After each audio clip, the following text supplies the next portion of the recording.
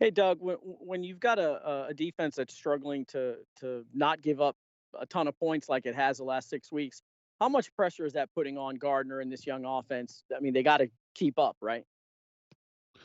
Yeah, I think some of the things that I know that I'm going to start to look at, because so just to tell you, so yesterday, kind of got through the game, um, looking at that, and started, creating a list of discussion points that we're going to have, starting today, and then obviously going on throughout the week. So that's where we are now, and I think there's a couple things that I have some thoughts on. I haven't shared them with the staff yet. I think we can. I don't think from a standpoint, you can look at ways to shorten the game. I mean, to do that, to keep the other team's opposing offense off. I think we can do things defensively to maybe avoid, some of the explosive plays that we have. But I think there's a lot, Mike, that goes into that. And what you're doing and how you're doing it. So we're going to talk about different things and look at some. Maybe it might be week to week game plan adjustments. What I'm saying, of what we do depending on our matchups. Um, but I don't look at it as there's pressure on all of us. When you're sitting here at the record that we have, it's not one thing or another. It's really everything. And you see flashes of good play around, but gosh, I mean, you don't see the consistency that you need to win football games. All So the right, answer thank to you, the D-Rock. question is no. All right, let's go over to Gary Smits and then Hayes. Doug, how does this off week differ from normal off weeks in the past, given the virus protocols? How often are you going to meet with your staff and players? In what manner will that happen? And then what are a Sure. couple of priorities you're going to work on with everybody this week? Sure. So the first thing is with the COVID protocols. So we're still in intensive protocol. So we're not out of the intensive protocol, which means that, our meetings with the players during this week will be, um, virtual meetings.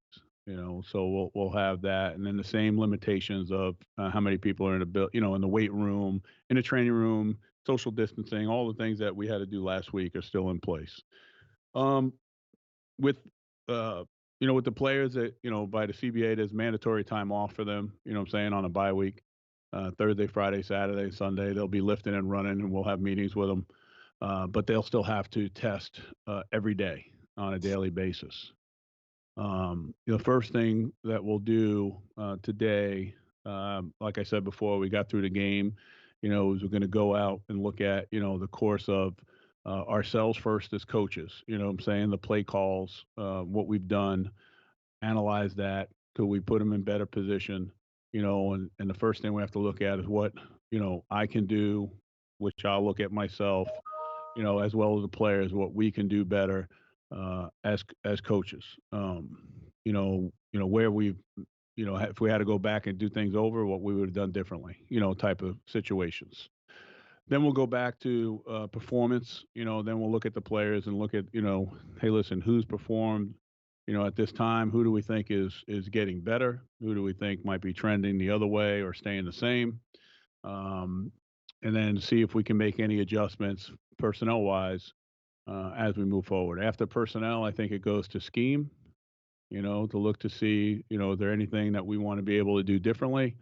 But at the end of the day, the dramatic changes that maybe, people might be looking at on the outside, you're talking about basically you're going to have one practice and you're going to be, getting ready for a game plan. So, if you're sitting there and people are saying that, you want all these, dramatic type changes going through and everything, that's not possible. But that doesn't mean we can't make changes and adjustments and win football games. And that's what we're going to do. All right, thank you, Coach. Sure. Thank you, Smitter. Let's go over to Hayes and then John Reed.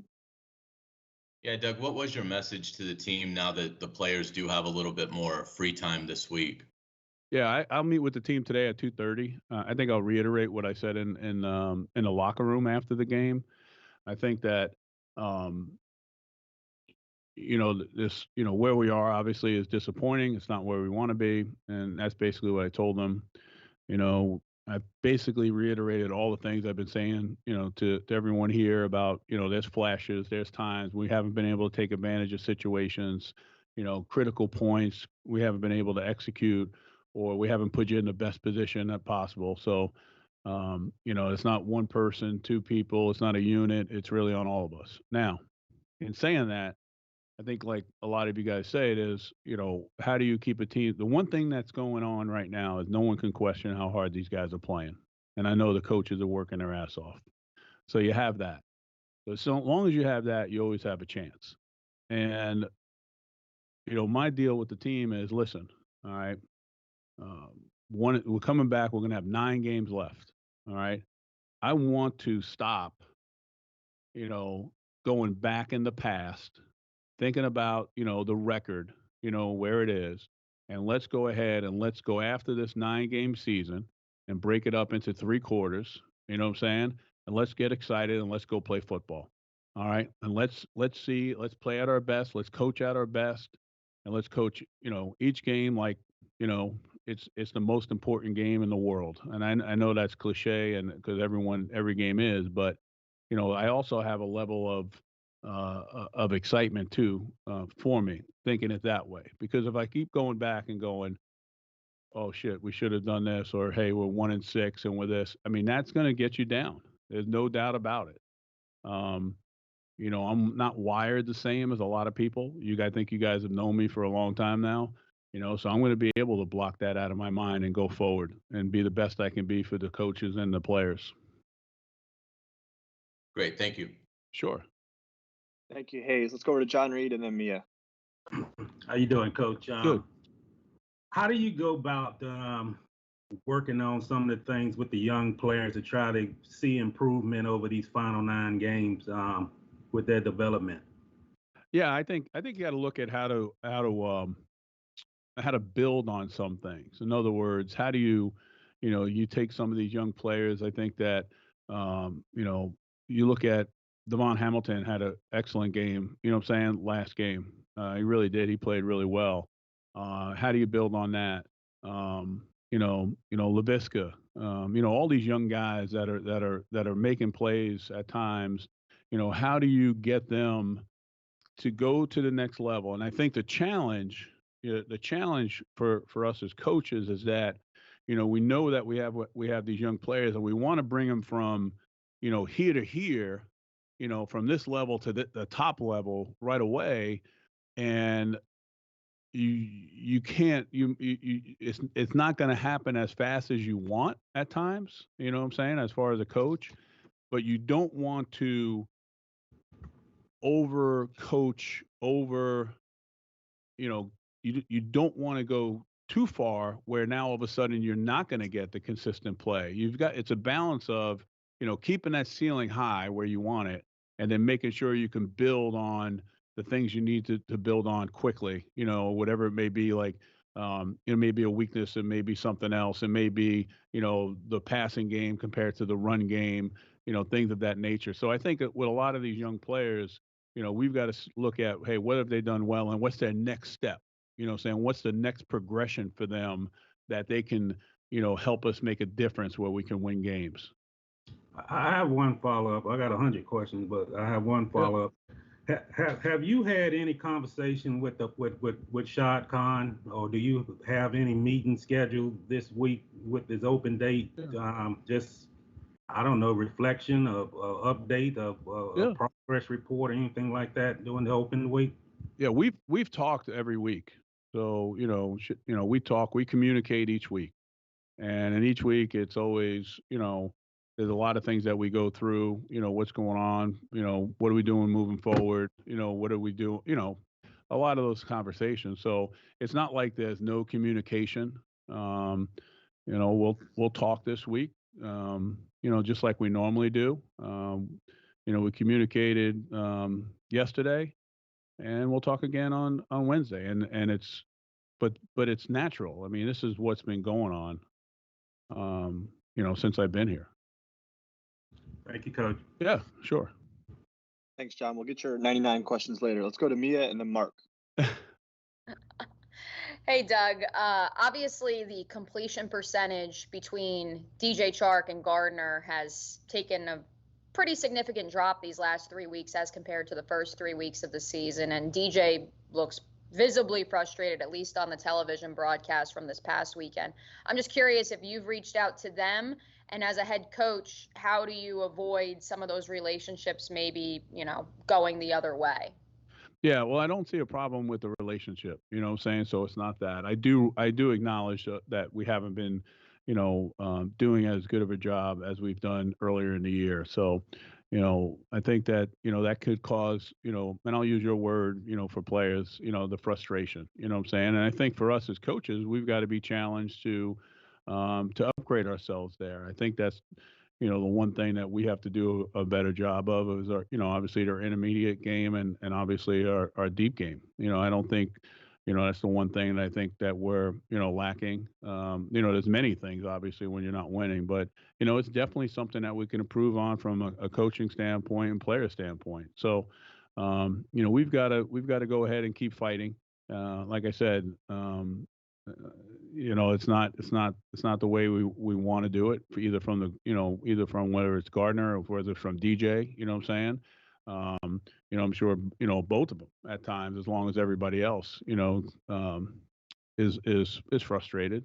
Okay. But, at the same time, what are we going to do moving forward? That's the big question. You know what I'm saying? What are we going to do moving forward? How can we get it better? How can we do a better job of it? But as far as the relations, there hasn't been any issues, in the locker room.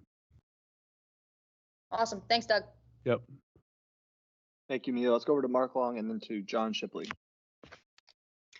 Yeah, Doug. Hey, just curious, are there any new injuries? And if you could take us through some updates on Avery Jones, Miles Jack, Jared Wilson, Tyler Eifert, and then how badly do you feel for Didi with his Yeah. situation? From the injuries from the game, so Chris is back in the facility. Chris Thompson, you know what I'm saying? He's back in the facility, so he's got to go through some of the protocol workouts to get back. So that'll be fine. Didi, obviously, he went on IR, and that's always tough. I mean, to have an injury like that, and non-contact injury, and you do that, he's worked hard, and he was getting ready, coming back and being able to help. So I think that's tough. That's tough for anyone that gets hurt. We've had a lot of those players, just like Leon, the guys that have been here for a while and have worked hard. So, that's always tough. Miles is still recovering. I think we should have him back, what I'm saying, next week, Mark. I'll know more. Divine, came back. He re-injured the same leg, same injury there, just in a different spot. So we'll see how that is. I think, Sidney Jones, we'll see how he's feeling. So I'll have a better idea in a couple of days. I think Eifert, we expect him to be back. AJ Can, we expect to be back. Brandon finished the game, so it was tough for him. He's feeling sore, so I think that'll be week to week. We'll see how he goes. Dakota, we'll see how he progresses. Basically, he has the same ankle, that he's had before. And then that's where we are with that. Okay, and then secondly, just kind of a big picture idea of where you're at quarterback wise. I mean, you've won a lot of games in this league and in college without like that prototypical franchise guy. Yeah. I mean, how important is it to find that guy? Would you like to have one like where you can just hang your hat on him week in and week out? Like, yeah, I mean, it's the what most Seattle and Arizona did the other night. Yeah, I mean, it's the most important thing. I think any one of us, when I say any one of us, I'm talking about 32. I think 32 head coaches, are always going to want that. And, at the end of the day, you got to do the best job you can with the players that you have. And I think even the best ones, there are some things that you're limited to. So I think you have to, play their strengths. And when they have a lot of strengths, then you can play more to it. And they can make a lot of other people better. But at the same time, you're not going to sit here when you're 1 out of 32 and be complaining. I think that we've got to take a look at, how can we get these guys playing to a level where we can win games? And we've done it before, and or excuse me, I have done it before. Um, you know, done it in Syracuse, done it in Buffalo, saying, and done it here. And I think that we've got to get improvement in a lot of different areas, and that's why I say it's on everybody. Just to say, it's easy to place the blame on one player and one position, but it's our jobs to go ahead and do that, and never use that as an excuse. So, we'll see where we are. I think that we'll take a good look at it. Like I said, I am, and I'm not going to anyone. I'm kind of fired up, and I know you guys are probably sitting like, "What the hell is going on? How could this guy be fired up? They just lost 6 in a row." And I understand that. I totally do. But I'm gonna bust my ass, man. I mean, I'm telling you now. I'm gonna look at some things. I want to go a little bit outside the box. I mean, I want to, challenge these coaches and challenge these players. Um, y- and see I am going to do whatever I can to get the best out of this team and best out of these players. I mean, so I'm sure people are going to mock me for that or say whatever the hell they want, but I really don't give a I'm fired up. I'm going to go after it, and however it falls, but it's open for me. I've done crazy before. A lot of people don't know we changed an offense 4 or 5 days prior to the opening of our season in Syracuse. You know what I'm saying? My last year. We just went in a whole different direction and it worked out. We took chances on some guys. We took a chance on a guy named James Robinson, and he's playing his ass off. So, I'm kind of fired up, man. Let's go. Well, I can't wait to see the Veer option with LaVisca. That's going to be awesome. Yeah.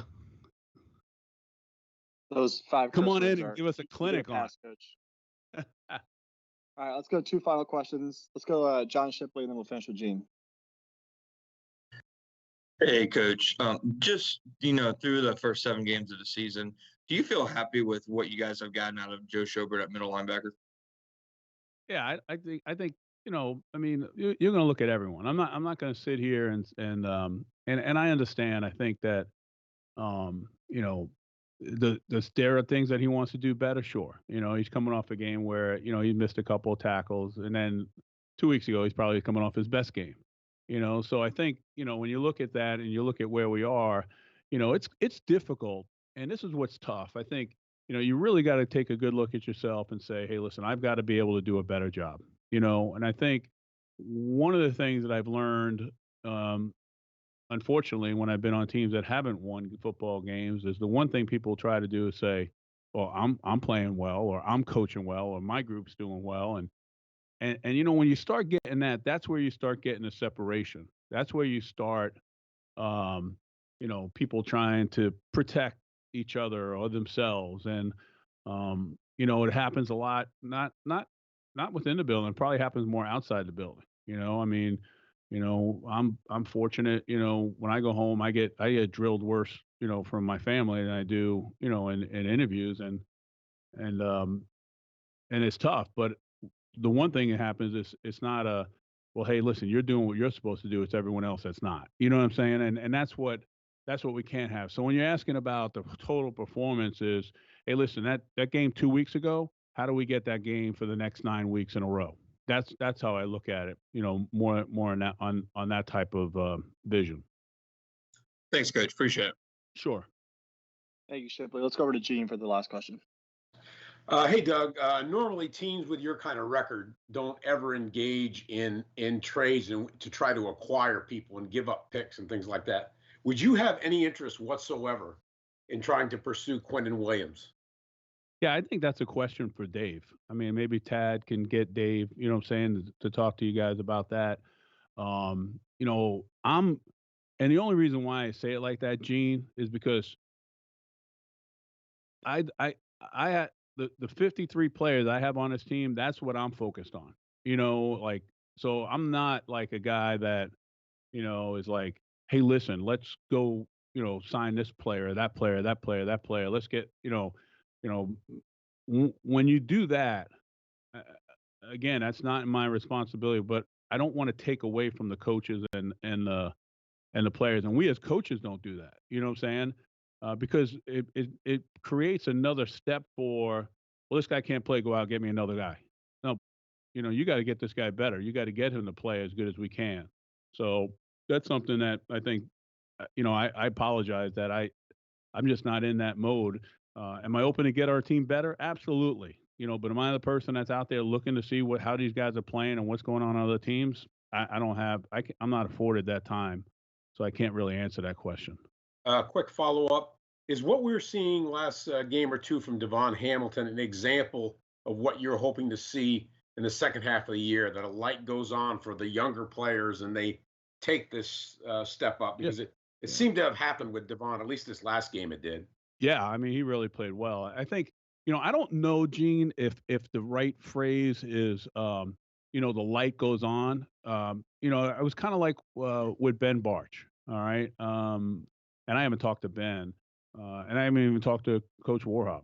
Just kind of watching him, in these last two games of where he's been, and it's like he would have had 100 and something snaps in the preseason, probably, so, now he's getting these snaps. And listen, I'm not saying he's, a Hall of Fame right now, a Hall of Fame guard, but I know this in my experience as an offensive line coach, there are some things that he's done a really nice job of. He's tough, he's strong, and there's some things that he struggled with, some of the pass protection stuff, with the one-on-one, which is natural. He's got to get the reps, get that experience, and go. I think with Devon Hamilton, I think those reps are at that time where you start to see, it goes. And I think each person's a little bit different on, where it hits. Kind of like, I agree with the term when that light switch goes on, but what's controlling that light switch is the amount of reps that he gets to all of a sudden now he can perform at that level. I know this. That is what we're trying to get done with these young players. And I think that's why a player like, James Robinson's a little bit different because, he was able to do that at this level right away. But when you look back at his college career and his high school career, boy, he's had a lot of damn snaps of being able to do it and doing it at this level. And I think that's why, the way he's performing is pretty special, because like you said, it's not as easy, for the success that you've had, in college to just come to this league and expect the same types of success. You've got to get your way, play your way into that success and obviously have that ability.